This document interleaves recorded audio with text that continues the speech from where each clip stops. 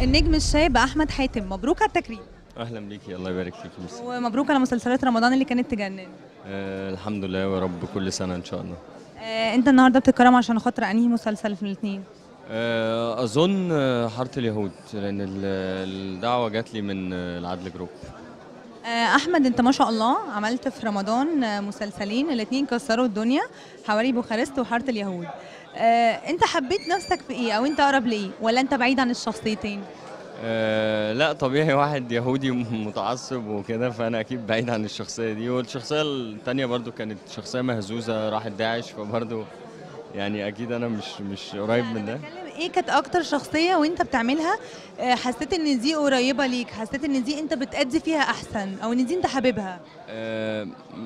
شوية حارة اليهود، موسى كان شخصية مختلفة عليا، جديدة يعني، فكان فيها تجربة ومتعة يعني أكبر من حواري بوخارست. ولكن أنا برضو كنت مبسوط بحواري بوخارست عشان في عناصر تانية كتير، يعني في كاست وفي مخرج وفي ممثلين بيحببوك برضو في العمل وفي الشخصية، فكنت مبسوط في الاتنين بصراحة. بس موسى كان مختلف، مش دايما يجي لي شخصية زي موسى عاملها يعني. طيب، النهارده وانت بتتكرم في مهرجان القنوات الفضائيه، شايف ان مهرجان القنوات الفضائيه بيمثل ايه للفنان؟ هو رد فعل ورد يعني يعني عادة في الدراما ما كانش فيه فكرة ان زي الأوسكار أو زي السينما انك بيبقى ليك أحسن فيلم وأحسن دور وأحسن. فده شوية بيعوض ده، لأن الاتجاه كله بقى رايح في الدراما، فبقت الناس كلها بتعمل مسلسلات.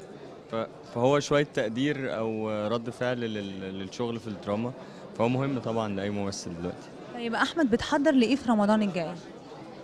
لا حقيقي، رمضان اللي جاي ما عنديش اي يعني فكره انا هعمل فيه ايه لسه. ولكن في ان شاء الله يعني فيلمين مفروض يتصوروا قبل رمضان ان شاء الله. سينما؟ ان شاء الله. بتحب السينما اكتر ولا الدراما بس بصراحه؟ والله ممكن اتجوزهم الاثنين عادي يعني.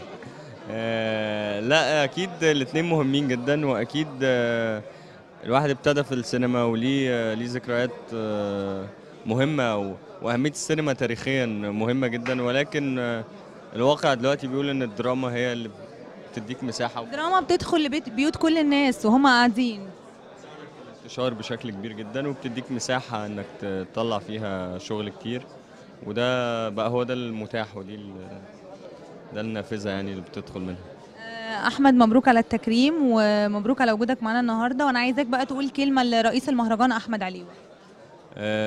هقول له شكرا جدا انكم فكرتوا فيا، وان انتوا بتعملوا اصلا مهرجان زي ده عشان تكرمونا وتحسسونا ان بتقدير او رد فعل كويس على اللي بنعمله في رمضان. ويا رب نبقى عندكم كل سنه ان شاء الله. ميرسي يا احمد، ومبروك. جدا.